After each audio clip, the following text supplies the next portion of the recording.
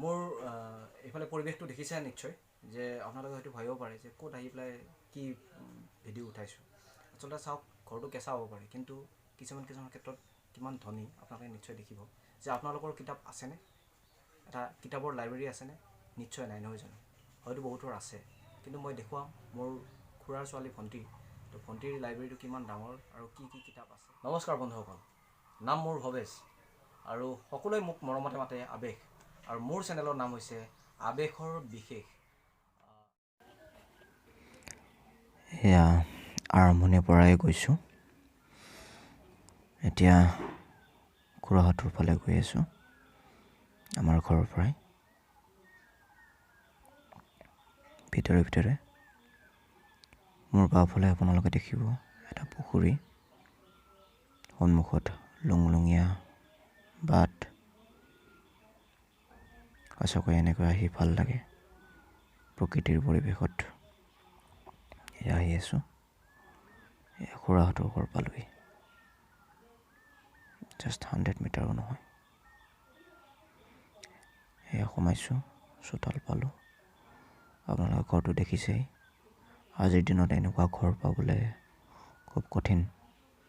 পকী ঘৰ আপোনালোকে পাব, কিন্তু এনেকুৱা একদম নেচাৰেল। এয়া সোমাইছোঁ। এয়া লাইব্ৰেৰীটো দেখিছেই, বহুত কিতাপেৰে ভৰি আছে।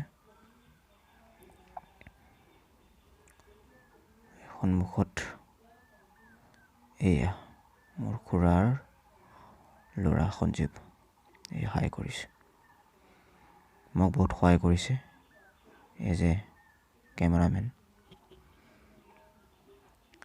এতিয়া মই লাইব্ৰেৰীৰ ওচৰলৈকে গৈছোঁ।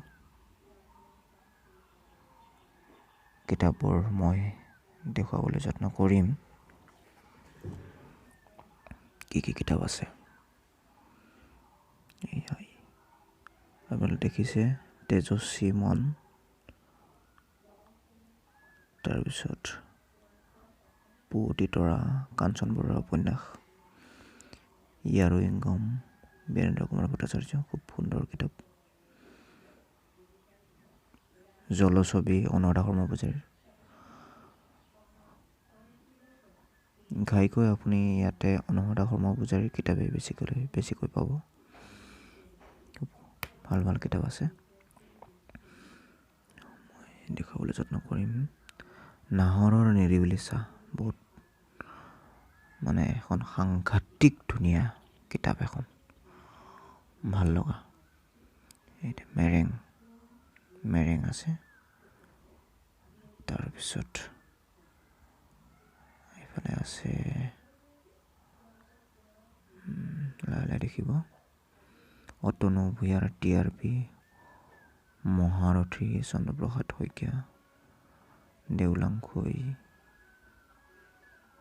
মাকাম।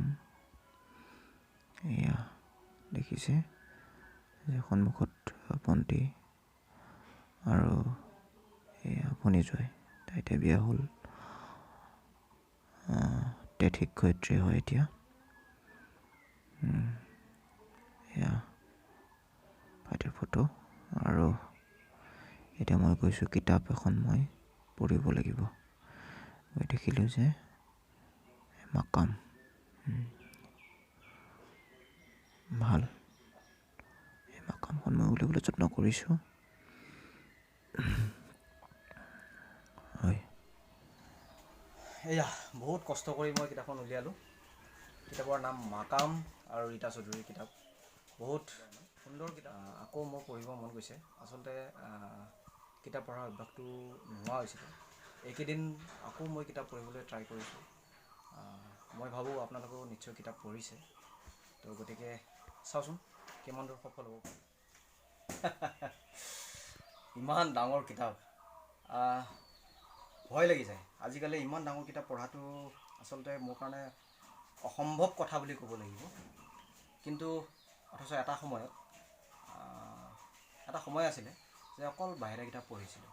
যে আমাৰ ইয়াতে এটা সংঘ এটা আছিলে, বেতনা কৃষি উন্নয়ন সংঘৰ এটা মানে হেৰি আছিলে, লাইব্ৰেৰী আছিলে। তাৰ পৰা আমি কিতাপ আনিছিলোঁ, পঢ়িছিলোঁ। ৰঞ্জু হাজৰিকাৰ কিতাপ মেক্সিমাম বহুত পঢ়িছোঁ ৰঞ্জু হাজৰিকাৰ কিতাপ। তাৰপিছত লগতে কিতাপ আৰু ভালেখিনি কিতাপ পঢ়িছোঁ। হিতেশ ডেকাৰ কিতাপ পঢ়িছোঁ। তাৰপিছত কাঞ্চন বৰুৱাৰ উপন্যাস অসীমত যাৰ হেৰাল সীমা। অসীমত যাৰ হেৰাল সীমা এইখন আচলতে এনেকুৱা এটা অভিজ্ঞতা মোৰ অসীমত যাৰ হেৰাল সীমা। যেতিয়া ক্লাছ 9ত পঢ়ি আছিলোঁ তেতিয়াৰ পৰাই মই বাহিৰা কিতাপ পঢ়োঁ। ক্লাছ 9ত পঢ়ি থাকোঁতে মই মানে ইমান ভাল লাগিল, ৰাতিপুৱাই মই কিতাপখন পঢ়িছিলোঁ আৰু সিদিনাখনে মই পেটৰ বিষ হোৱা বুলি পেলাই ঘৰত ফাঁকি দি মই সিদিনাখনে নগ'লোঁ আৰু ৰাতি সন্ধিয়া একদম পঢ়ি এনেকুৱা এটা ইণ্টাৰেষ্ট, এনেকুৱা ইমান ধুনীয়া মানে ভাল লাগিছে যে চন্দন কি বুলি চম্পা গৌৰীৰ বিষয়ে পঢ়ি ইমান মোৰ ভাল লাগিলে। কি হ'ল, সন্ধিয়া যেতিয়া একেবাৰে মানে হৈছেগৈ আৰু পোহৰ গুচি গৈছে, মই খিৰিকীৰ ওচৰত পঢ়ি আছিলোঁ তো এনেকৈ গৈ পেলাই এনেকৈ পঢ়িছোঁ আৰু পঢ়ি পেলাই মই শেষ কৰিছোঁ। ইমান ইণ্টাৰেষ্টিং কিতাপ। এতিয়া সঁচাই এতিয়ালৈকে মই 7বাৰমান পঢ়িছোঁ, তথাপিতো হেঁপাহ নপলায়। আচলতে মই কিতাপখন গুৱাহাটীত লৈ গৈছিলোঁ, ইয়াৰ পৰা এই লাইব্ৰেৰীৰ পৰা কিতাপখন গুৱাহাটীৰ পৰা লৈ গৈছিলোঁ। আকৌ পঢ়িম বুলি ভাবিছিলোঁ, হয়তো গৈ পেলাই পঢ়িম।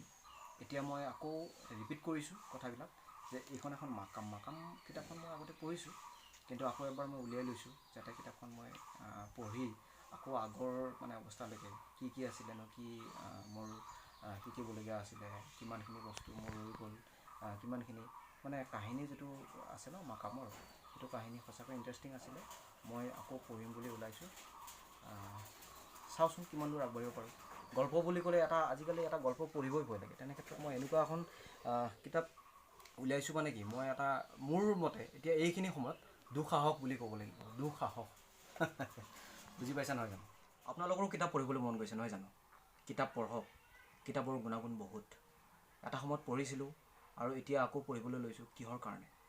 একমাত্ৰ কিতাপৰ প্ৰতি ৰাপ আছে বাবেই মই আগবাঢ়িছোঁ কিতাপ পঢ়িবৰ বাবে। আপোনালোকৰো নিশ্চয় আছে নহয় জানো? আজিৰ যান্ত্ৰিকতাৰ সময়ত কিতাপে আপোনাক বহুতখিনি শান্ত কৰিব মন। যিবোৰ কম্পিউটাৰ, লেপটপ বা আপোনাৰ আজিৰ দিনত বৰ্তমান PDF ফাইলত বহুতখিনি উপন্যাস আহি আছে বা বিভিন্ন ধৰণৰ প্ৰবন্ধ আহি আছে। মই বিশেষভাৱে ভাল নাপাওঁ সেইবিলাক পঢ়ি পেলাই, কিন্তু ডাইৰেক্টলি যিটো আমি কিতাপ পঢ়িম সেইখন কিতাপৰ সমান সুখ কোনেও আপোনাক PDF ফাইলে আপোনাক দিব নোৱাৰে। গতিকে বন্ধুসকল, মোৰ ভিডিঅ'টো চাই কেনেকুৱা পালে নিশ্চয় আপুনি কমেণ্ট কৰক, লাইক কৰক, শ্বেয়াৰ কৰক আৰু মোৰ চেনেলটো ছাবস্ক্ৰাইব কৰক। আৰু আগলৈ ভিডিঅ' যাতে বনাই থাকিব পাৰোঁ মোক অনুপ্ৰেৰণা দিয়ক। চাই থাকিব আৱেশৰ বিশেষ।